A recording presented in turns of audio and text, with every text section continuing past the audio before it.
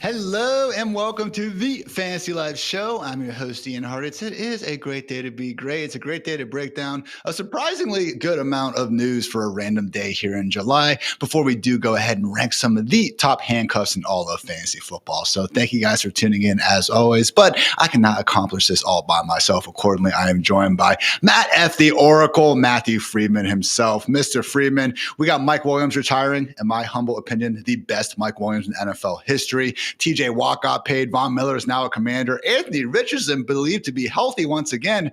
What a freaking Thursday, man. I know. I mean, I will say, and Ian, you know this, just looking at Pro Football Reference, so many different Mike Williams. Add one more to the graveyard there. But I will say I'm partial to the Tampa Bay Mike Williams, who like came out just looking like a Hall of Famer his first season, and then that was his best season. But man, he was a great college player. And then the new Mike Williams who just retired. I mean, I will say like it feels like a career of like what could have been if the guy just was able to jump up and then land on his feet instead of his back. But yeah, some great plays, and then a lot of like, man, he could have just absolutely been fantastic if he wouldn't have injured himself in college and then in the NFL. USC Mike Williams was the dog back in the day. Anyone that was playing those, early 2000s NCAA football video games, I'm sure has some nice memories of him. You mentioned Tampa Bay Mike Williams, someone who I still see every offseason, Freeman, when I'm doing some of these, top rookie season studies. So shout out there. But yes, mostly Chargers Mike Williams is actually the one that retired. I actually had the privilege of interviewing him a couple years ago. Asked him that question, Freeman, because I was like, man, you make all these great catches, but it just seems like, you never really protect your body, but you never brace your fall. And I asked him if, he had ever considered maybe doing that. And he was like, every coach I've ever had has, advised me to do that. But my thought has always been, I got to catch the football, so I'm not going to worry about anything else. That's the sort of mindset you probably need to be as good at freaking football as he was. So happy retirement, Mike Williams. Unfortunately, though, not all good news for wide receivers in the NFL today. We do have a pair of big time legal updates surrounding Rashee Rice and Jordan Addison to get to. Time for the DraftKings opening lines.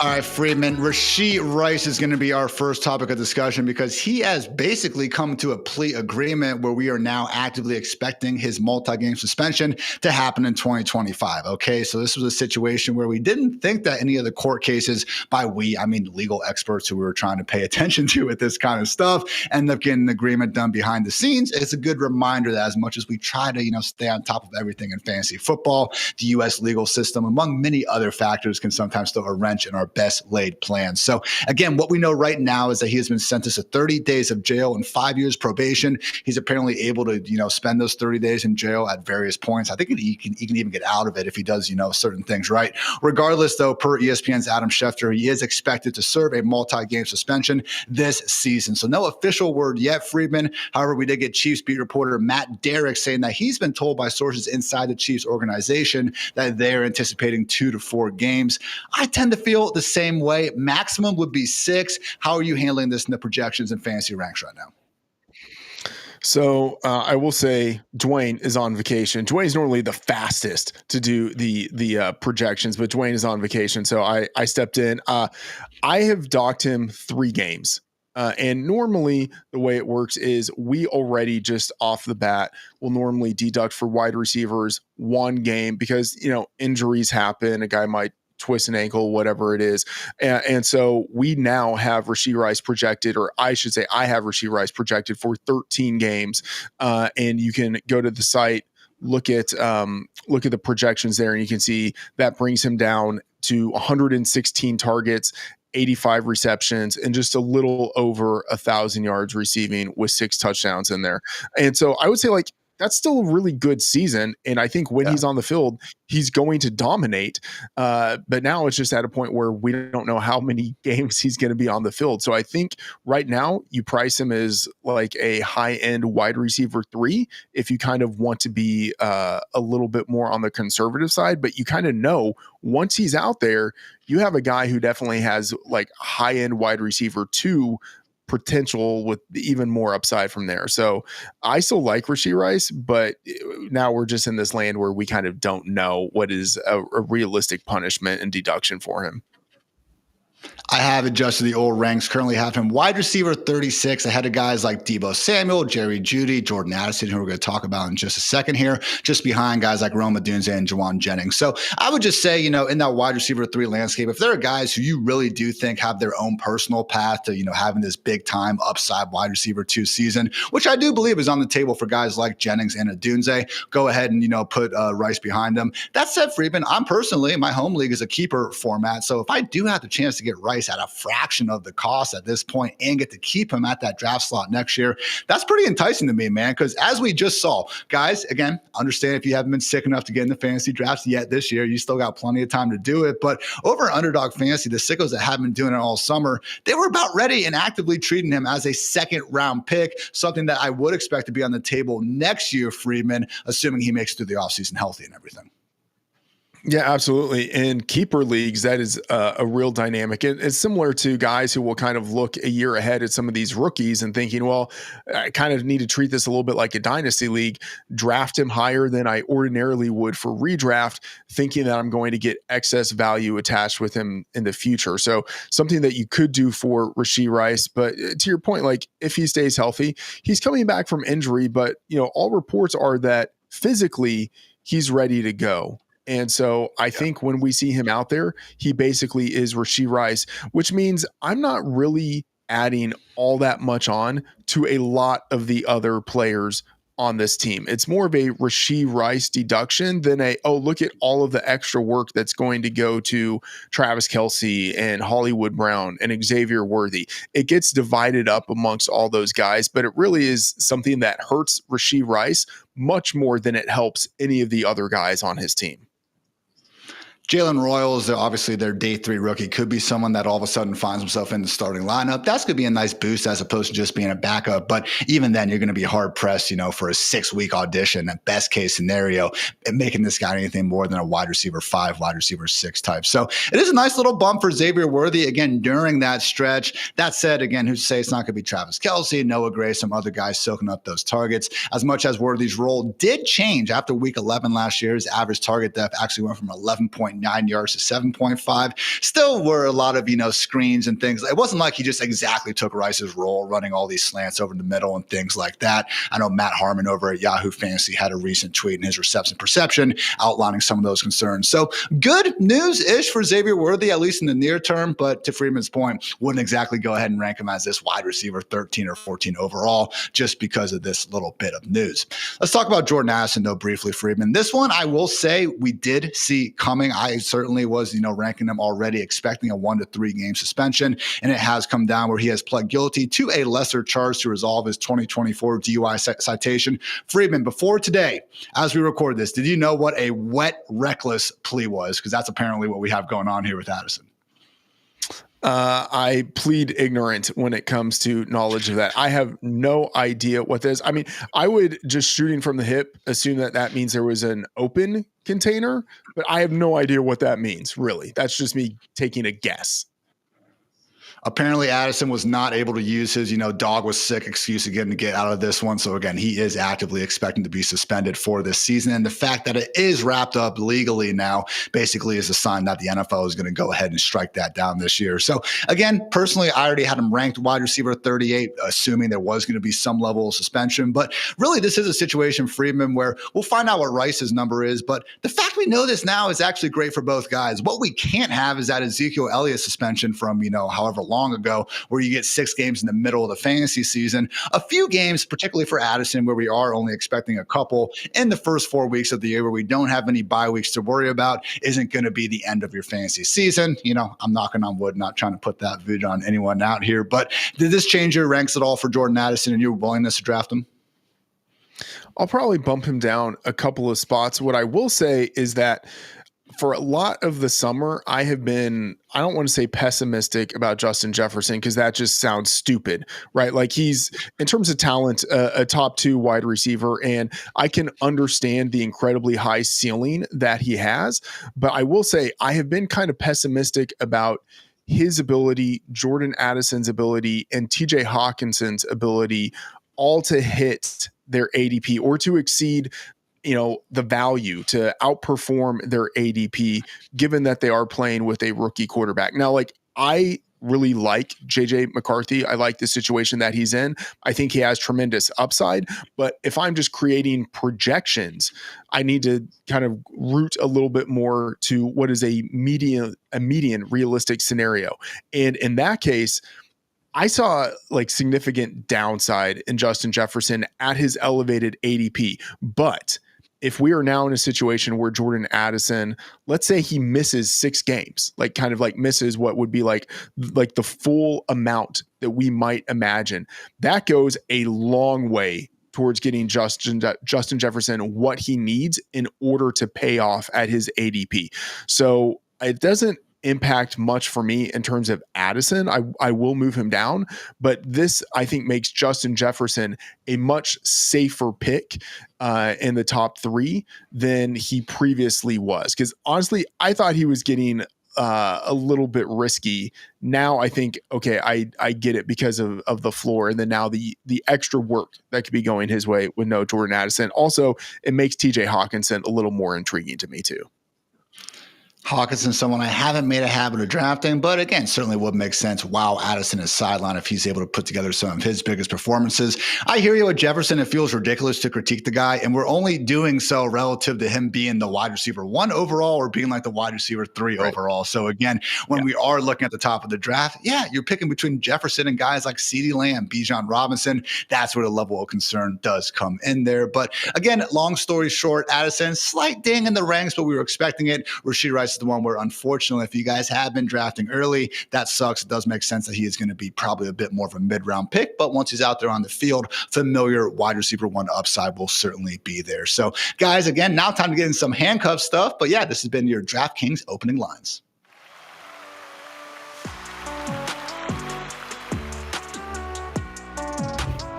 UFC 318 is coming in hot and the excitement is building. With the fight world's biggest names set to clash in the octagon, every strike, takedown, and upset could be unforgettable. Check out DraftKings Pick 6, the exciting new way to play daily fantasy sports. All new customers who play just $5 will score $50 in bonus picks, perfect for riding the highs of every fight. Download the DraftKings Pick 6 app now and sign up with code FANTASYLIFE to claim your offer. That's code FANTASYLIFE only on DraftKings Pick 6. The crown is yours.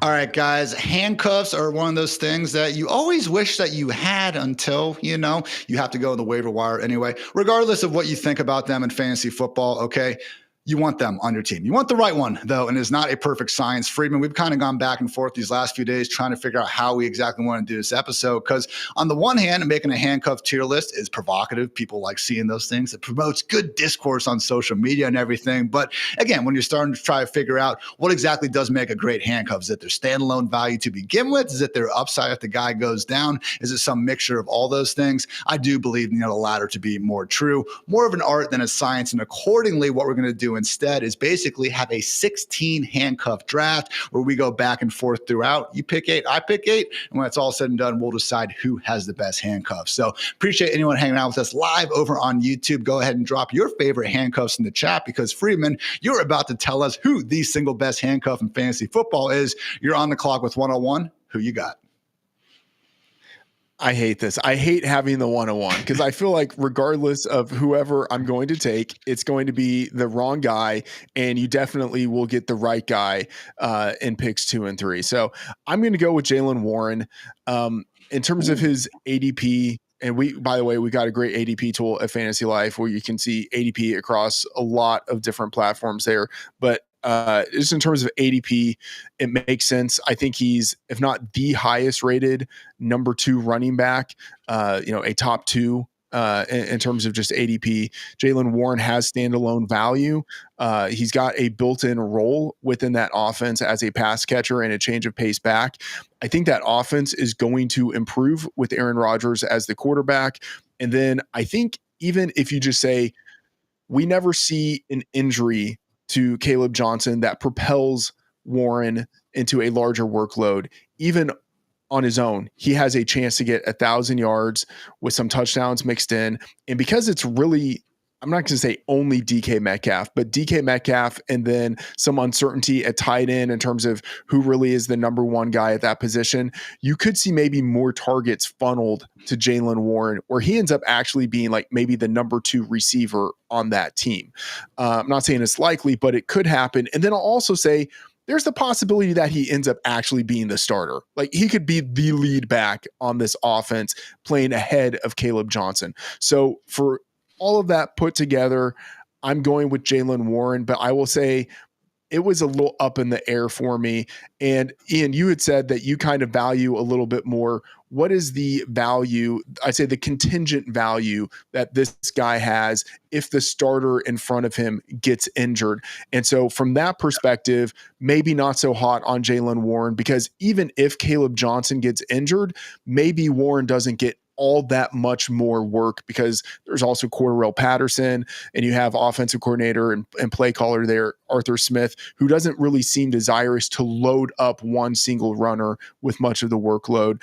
So I can see why if you had the number 1 pick, you'd maybe go with someone else. But Jaylen Warren, I think there is contingent value there. And then I think there is so much current value that he has that we can already project that I feel like I kind of have to take him number 1.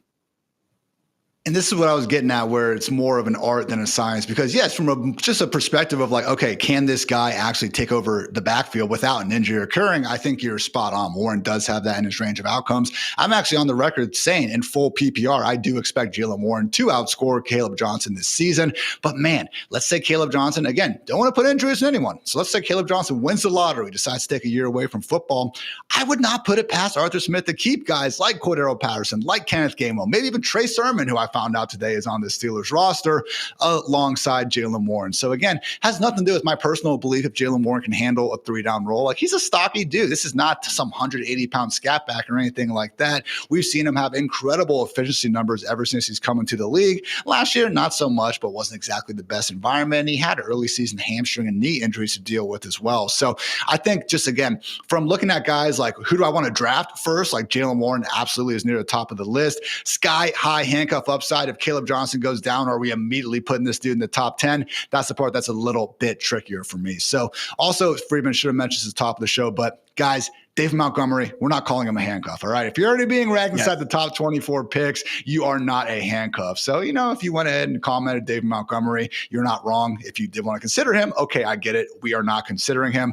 No David Montgomery, no Cowboys or Jaguars running backs either, because we're also unsure who the starter even is there. We will save them for another day. So first one off the board, again, Jaylen Warren for Mr. Freedman. Now I am up, and I am going to go with more of a pure handcuff here. Give me Tyler Algier of the Atlanta Falcons. Are we ever going to be able to get much out of him while Bijan Robinson is healthy? Absolutely not. But man, you look at this workhorse potential. This is a guy where we already see Bijan handling an every down role. And we have seen Algier, even going back to his rookie season, perform more than adequately as both a rusher, receiver, and pass blocker. Dude has, I think, 686 career carries and targets, 0 fumbles, 0 drops. Knock on wood. Tyler Algier is consistent as they come. Also, just again, proven next man up in this situation. We have no competition. And also, it's an offense where, I do think the Falcons could surprise. Freedman, if you had to guess who could be the NFC's version of the Bengals, this really good offense with a bad defense that just ends up resulting in these shootouts, I would say the Cowboys and the Falcons have the best chance. So, the RB2 is one I'm very interested here in Atlanta.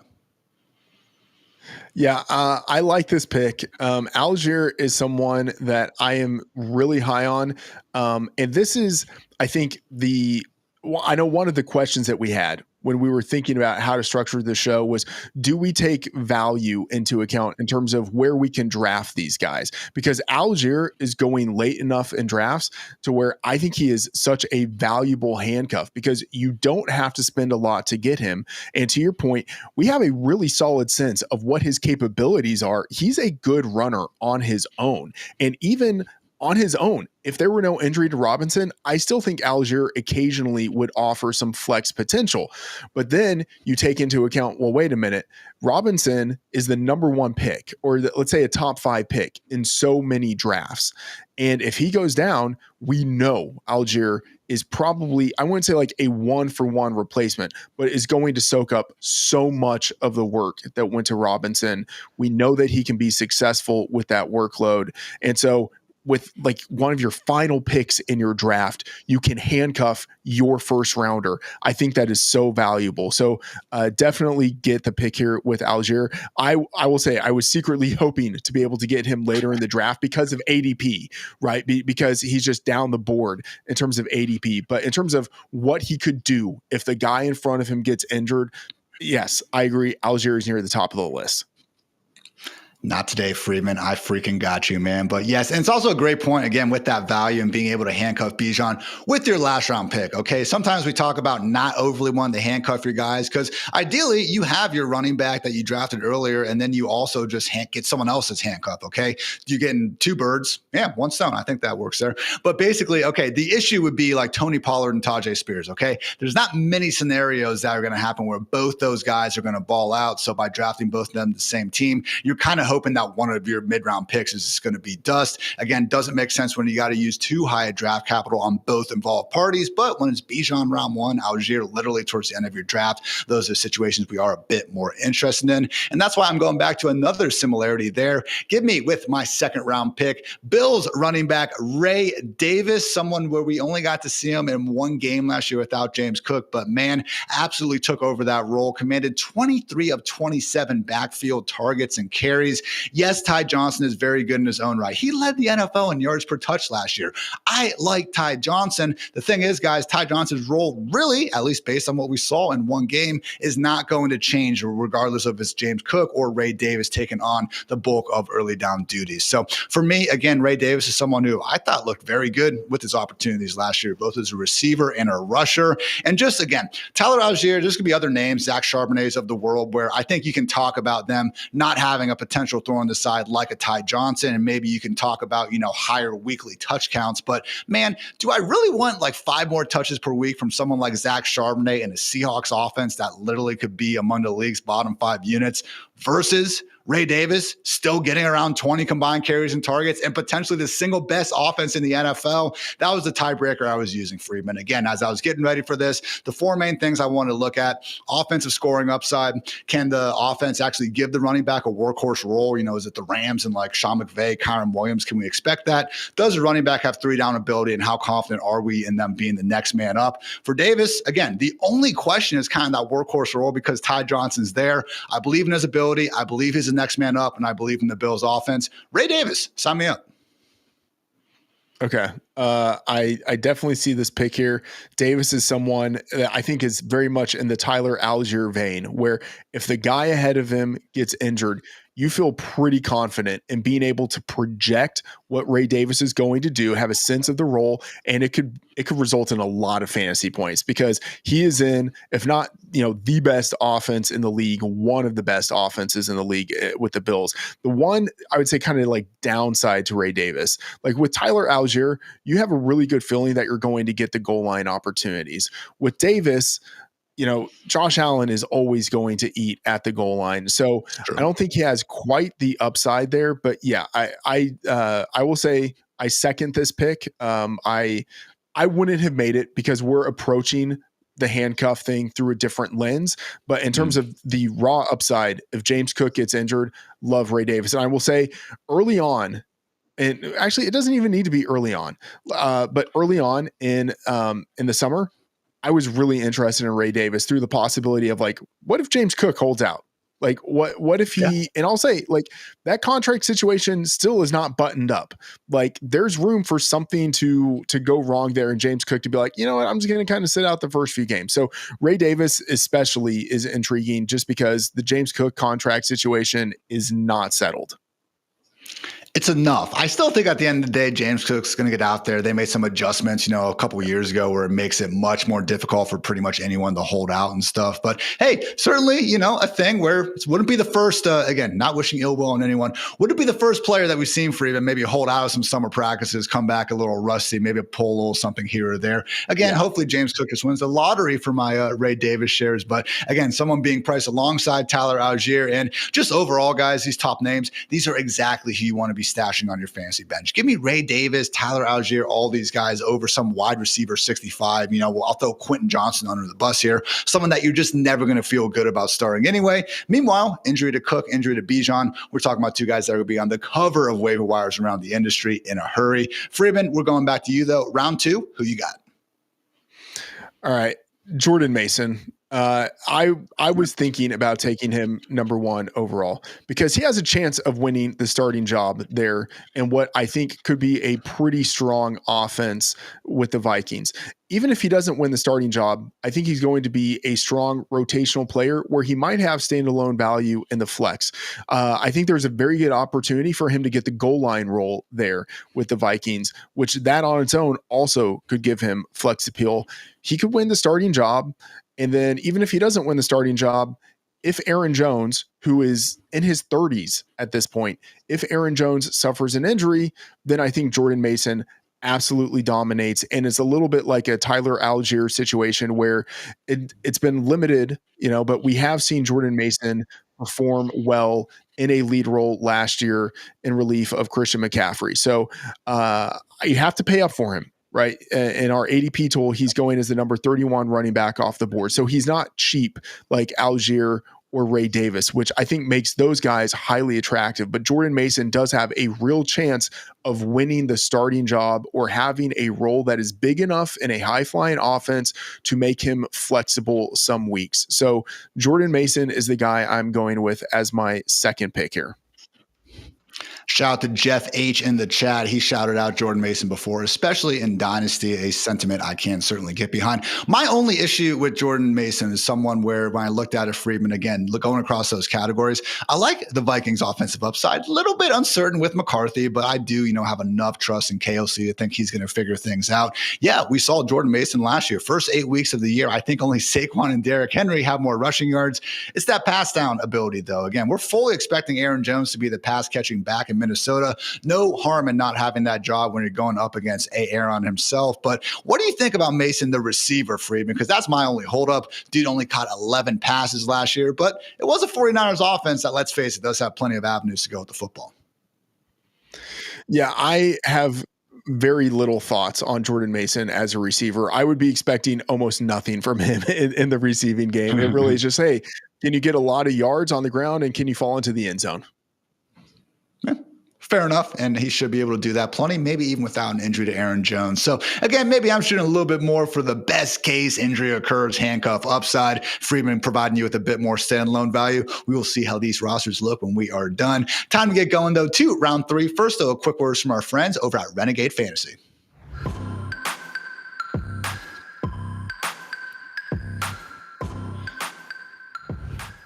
Fantasy football players, aren't you done watching your season crumble because of injuries or underperforming players? Welcome to Renegade Fantasy Football, the only app that lets you substitute players in real time. No more losing Sundays, no more lost points, no more could have won if. With Renegade, you're not just a GM, you are the coach. Call the shots, make the moves, win your league. Step out of that luxury box and onto the field. This is fantasy football without limits. This is Renegade Fantasy.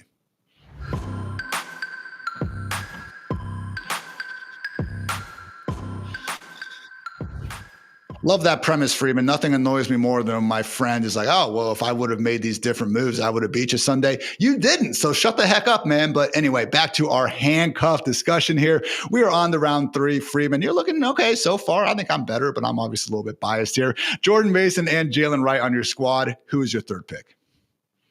Okay. I'm legitimately torn on this one because I think there are a few guys I could go with. This hurts my stomach. I'm going with J.K. Dobbins. Who knows if this guy can stay healthy, but there's a chance that he actually ends up like getting the starting job. J.K. Dobbins just had the best season of his career last year, stayed healthy, 1,000 yards from scrimmage, 9 touchdowns. I think he is legitimately already proven to be a good NFL player. That's something we can't say for rookie AJ Harvey, who is being taken far ahead of J.K. Dobbins. So Dobbins, I feel dirty knowing that like normally you draft a handcuff and you think, okay, this is a younger guy who's going to stay healthy and maybe unfortunately the older veteran ahead of him gets injured. It's like the exact opposite. Like there's almost no chance I think that Dobbins ends up getting elevated because of a Harvey injury, or there's a diminished chance of that. And there's a chance Dobbins gets injured and Harvey just absolutely dominates that backfield. But if they both stay healthy, I think Dobbins has a real shot at getting more of the workload. And then, of course, if Harvey goes out, then I think Dobbins really has a chance to dominate and he could just win the starting job in camp. So I'm going with J.K. Dobbins here, but I do understand that there's a lot of uncertainty with him. And I will say, guys like Dobbins, who actually is going a little bit cheaper next to more of these pure handcuffs like Tyler Algier and company, I do think you should be prioritizing someone like Dobbins in drafts. Because again, he has that chance to win the job straight up or just to be a 1B. Let's face it, this Broncos team, I mean, we saw it last year. We saw it throughout Sean Payton's time with the Saints. He is not one that's going to completely turn the offense over the one back. If there's anyone out there that we can actually be trusting again to enable not one, but 2 fantasy relevant backs, it would be Sean Payton. I believe, okay, there's been 2 instances, guys. This is a cool stat. 2 instances, I think, since 2012 of one team having 2 top 12 running backs in PPR points per game. It was the 2018 Saints, I believe, with Kamara and Mark Ingram. And then the 2023 Dolphins got it done with Devon Achane and Raheem Mostert. That one was even skewed a little bit because it had injuries to either guys helping the other one out. Kamara, Ingram, maybe Harvey and J.K. Dobbins. Who knows? We have seen weirder things happen. So J.K. Dobbins, 14 Freedman. Back to your boy, Ian. I I'm going to be going with someone who I bet was on your short list, Freedman. I understand he might have to wear an eye patch this year, but give me Najee Harris for the Los Angeles Chargers. It's one of these phenomenons where I always hear this talked about with Jahmyr Gibbs, like, oh my gosh, think about Jahmyr Gibbs, and if David Montgomery misses time, like Gibbs could be the RB1. The inverse is true in Detroit, and the inverse is true in Los Angeles. If something happens to Amari in Hampton, Najee is going to shoot up those ranks, just like if something happens to Najee, Hampton would be there as well. So, look, I think both these guys, again, fit just this run-first identity that Harbaugh and Greg Roman want to get going. And for all of Najee's faults, guys, it wasn't like he's been in this just incredible offensive environment in Pittsburgh over the years. His numbers joining the Chargers are identical nearly to what Dave Montgomery was doing in Chicago before he ended up getting to Detroit. So I think it's a situation where he's joining a higher scoring offense, in all likelihood, better offensive line that they continue to invest in, and he has the proven 3-down capabilities. So again, Freedman got a little bit of a issue here with playing with fireworks, but if Najee Harris is good to go by week 1, which we have every reason to believe, he's again one of those guys in the same tier of running backs you're talking about where he's not going to win the job over their first round pick or anything, but could give you some flex appeal, and God forbid something happens to Hampton, could be knocking on that RB1 door in a hurry. Honestly, why can't Najee Harris play evenly or maybe a little bit ahead of Omarion Hampton? Like, he's a veteran who I wouldn't say like he knows the system, but the coaches, like Harbaugh would be one of the few coaches who's like, I don't care if we drafted this guy in the first round, give me the dusty veteran. Like, give me the guy who like we know we can give 200 carries to over the season. Like, I think that there's a chance that they play pretty even, similarly to what we've seen with in Baltimore when Greg Roman was the coordinator there, J.K. Dobbins and Gus Edwards. And then for a chunk of the season last year, they were playing a little more evenly than people would have expected before Dobbins really separated himself. So I think earlier in the season, it could be a pretty split committee, which makes me like Harris quite a bit here. So I do like this pick. And I know some of you are probably watching this. First of all, thank you for watching this. But you're thinking, like, it's Najee Harris. He's not explosive. What, is he going to gain 3 yards every play? This blew my mind this offseason, guys. The only running backs over the last 2 seasons with more 20-plus yard rushes than Najee Harris, Saquon Barkley, Derrick Henry, and Jahmyr Gibbs. That's it. And yeah, volume is a large part of that. You get a lot of chances like Najee to rush the football. You're going to get some 20-yard runs here and there. But man, Jaylen Warren was making Najee look bad because he was so much more efficient. Jaylen Warren is one of the most efficient running backs in the entire NFL over these past 3 years. Don't just let that be your decision for believing that Najee sucks at football, fireworks, whatever. So again, Najee, get that eyesight right, man. Hopefully you can be a pretty nice handcuff with the potential for even more, to Freedman's point. So feeling good about Najee there. Next up, though, I'm going back to a bit more of the mostly handcuffed. Well, give me Seahawks running back Zach Charbonnet, someone who we have seen have a good amount of chances to be the running back you offer Seattle, with Kenneth Walker unfortunately dealing with one injury after another, and hasn't always been pretty. But my God, guys, we've already talked about this sad excuse for an offensive line that has been populated in Seattle over the past few years. So the fact Charbonnet has been really getting anything going is impressive. So my only issue here, man, is that Seahawks offense overall. In terms of looking at Charbonnet's potential to handle a workhorse role, check. We also saw what Clint Kubiak did in New Orleans. It is an OC change, so you got to be a little bit worried, but I have no doubt about Charbonnet's personal 3-down ability. And also, I have no doubts about him being the true next man up, undisputed RB2 behind Kenneth Walker. Heck, there's even potential that I'm going to be very sad with how much I've drafted Kenneth Walker if Kubiak certainly seems to deem that Charbonnet is actually a superior running back. So I still do think in my heart of hearts that Walker is going to be the lead back, and Charbonnet is not going to carry much weekly value. But we've seen it over the past few years, Freedman. When Kenneth Walker is out, it is very tough to rank more than 15 or so running backs ahead of Zach Charbonnet. Yeah, anytime Walker was out, Charbonnet was someone I would almost automatically include in the Freedman's favorite article each week. He just was an absolute dominator in terms of the utilization with Walker out. So yeah, I will say if you hadn't picked him here, I would have taken Charbonnet in my next 2 picks. As a wise man once said, sucks to suck, Freedman. So I got Ray Davis, Tyler Algier, Najee Harris, and Zach Charbonnet. Your first 3 picks: Jordan Mason, Jaylen Warren, and J.K. Dobbins. Who is your round 4 selection, Mr. Freedman? Ramondre Stevenson. Absolutely thrilled that he is still on the board at this spot. And I will say a little bit of this is me being skeptical about Travion Henderson, not like his ability, but just in terms of the utilization, the role that he might have with the Patriots. And you can say, well, like they just took Travion Henderson in the second round, but I mean, they took Shane Vereen in the second round a long time ago with Josh McDaniels as the offensive coordinator. And they were like, great, you are now like the new version of Kevin Falk. What if they just decide to use Travion Henderson in that way because they want to keep him fresh and make sure that he doesn't get injured? Well, that means Ramondre Stevenson could absolutely dominate. I think Henderson is more of a change of pace option. Ramondre Stevenson feels like the workhorse. He's had almost 3,300 yards from scrimmage over the past 3 years with 573 carries, 180 targets. Like we're already projecting him to have more carries than Henderson. And you can get him way later in the draft. But what if Stevenson is not, he just gets more carries. He's a pretty good pass catcher for a big guy. What if they just end up really using him as the number one back? And this offense with Drake May, with the rebuilt offensive line, with more receivers, it could be a better offense, which all of a sudden means hey, what if Stevenson actually becomes another version of David Montgomery, like the low key cheap version of David Montgomery, where he has 1,000 yards from scrimmage and 10 touchdowns. That's within the range of outcomes for Ramondre Stevenson.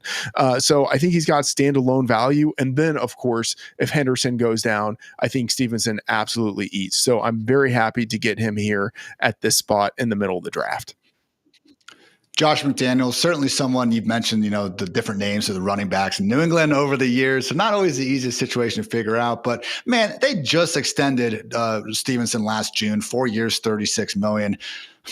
Antonio Gibson is the only other running back on this roster, and at some point I will give up hope. That is not going to be this year because Antonio Gibson was fantastic with his opportunities last year, even if the mainstream media won't tell you that, everyone. But I must admit, given the history of Stevenson with McDaniels, given the money involved, it would be shocking to see Gibson carve out anything more than a pretty clear backup role if something did happen to Henderson. Gibson is honestly even a cut candidate, someone that could be traded before the season. So I will not let that influence my feelings here. I'm with you, Freedman. Honestly, I think it's just a spot on, very similar choice to Najee Harris and even to J.K. Dobbins, where you have potential for flex upside. And then, something happens to the younger running back in front of them, wheels would be up in a hurry. So good pick by you, Freedman. We are not done, though. Actually, we're only halfway through. Time for quarter three, rounds 5 and 6.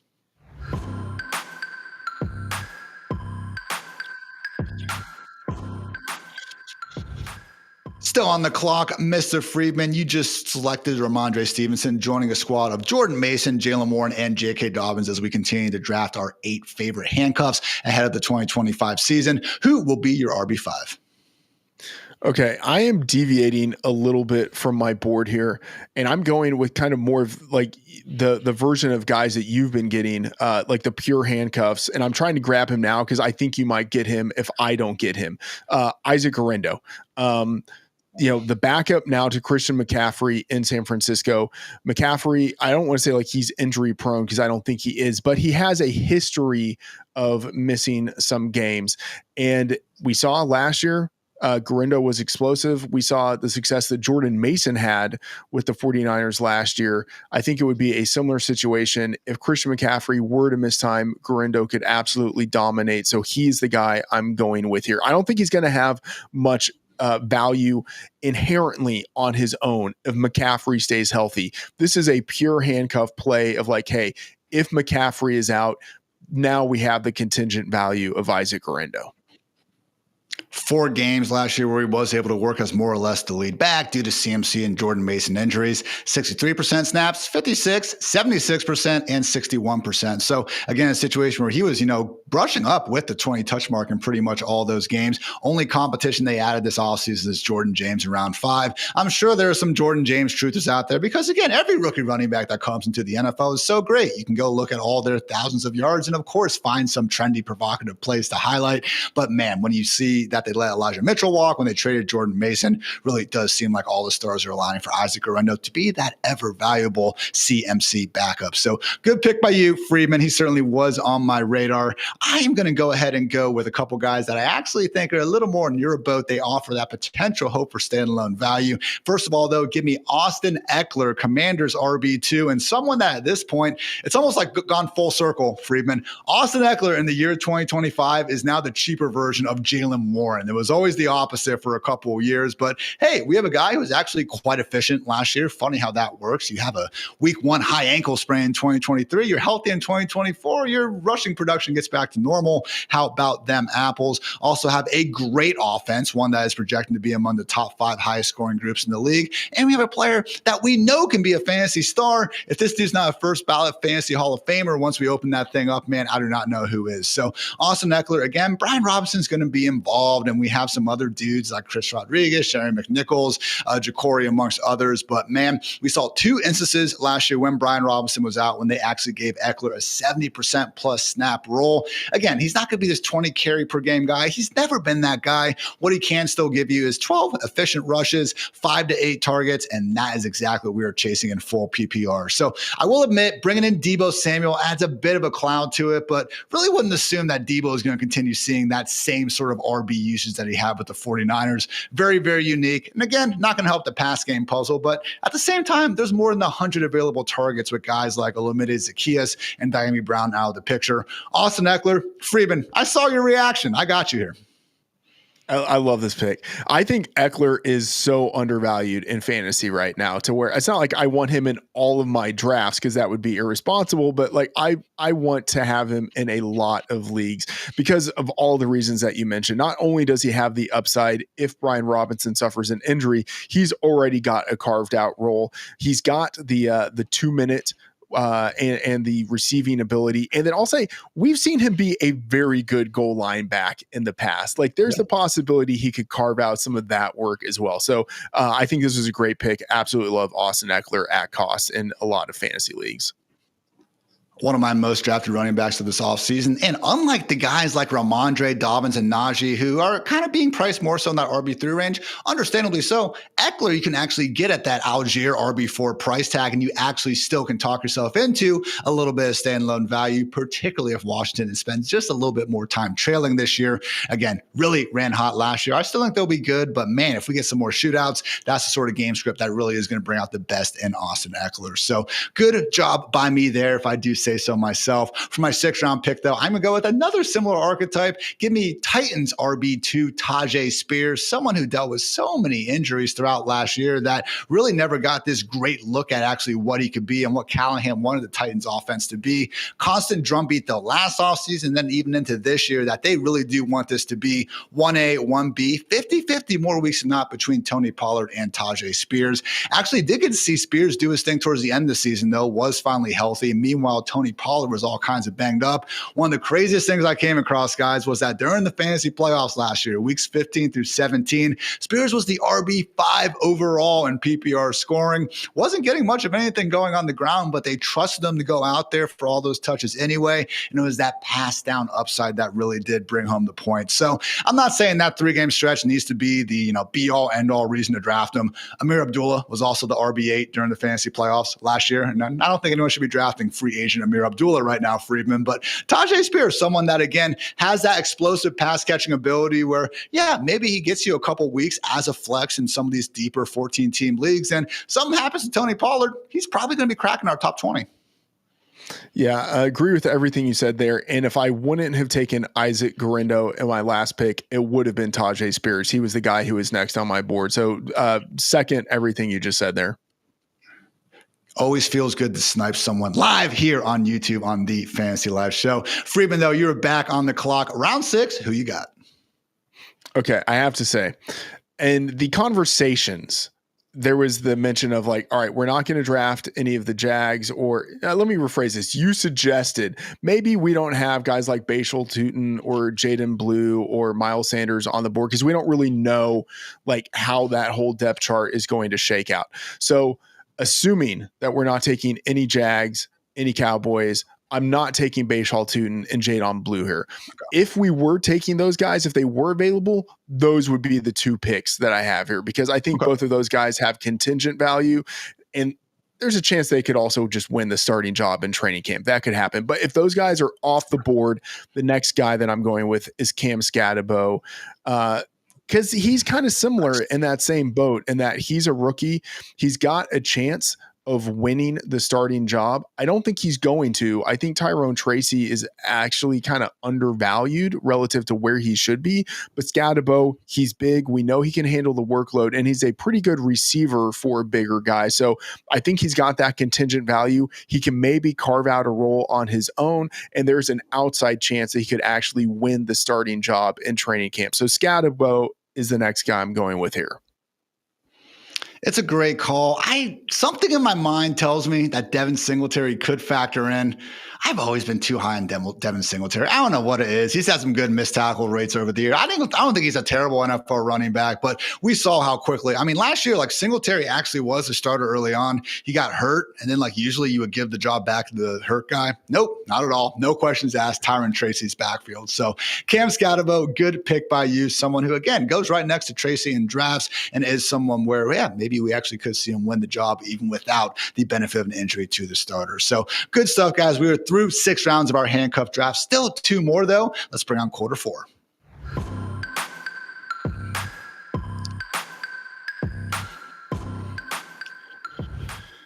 Get your 4s up, Freedman. 4th quarter here on the Fantasy Life Show. And now it is time for your 7th round pick. So far, you got Jordan Mason, Isaac Guendo, Ramondre Stevenson, Jalen Warren, Cam Scatterbo, J.K. Dobbins. Who will be your RB7?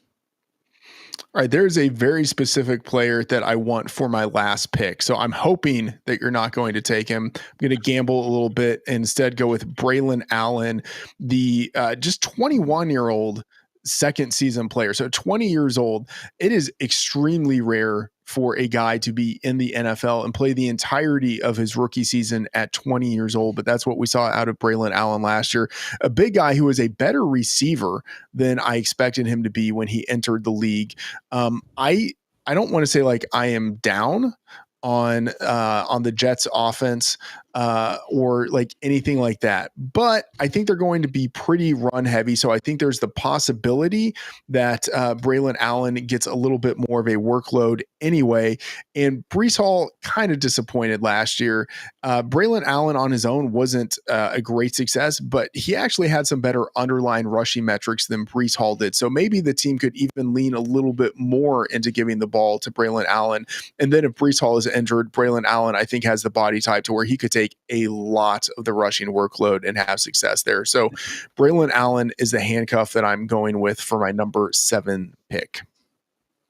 Isaiah Davis, a little bit involved there, but I'll tell you what, man, The Athletic just came out recently, and they were actually saying Tanner Engstrand could be looking to make his own version of the Detroit Lions backfield with the Jets with, wait for it, drum roll, please, Braylon Allen being his version of Dave Montgomery. So again, maybe a little bit of wishful thinking, but yeah, young players certainly can handle the workload. I see where you're coming from. I'm going to go ahead and go with my round 7 pick, Trey Benson, Cardinals RB2. Honestly, very similar to Ray Davis, except you could argue maybe has a better best case upside because he maybe could take over the entire backfield. Now, I do think Amari DiMercato is kind of like a middle-class man's version of Ty Johnson. I don't think that we'd exactly see Benson going in there and being the every down workhorse, but Cardinals offense, above average group. Kyler is not like a lot of these, Josh Allen, Jalen Hurts type of quarterbacks. We don't have to worry about him inside the 5-yard line as much. And Trey Benson as a whole, very, very good athlete. I'm confident he can work across all 3 downs. Haven't seen it specifically, but again, I do think there's a ceiling there. And before I go back to you, Freedman, I will go ahead and make my round 8 pick.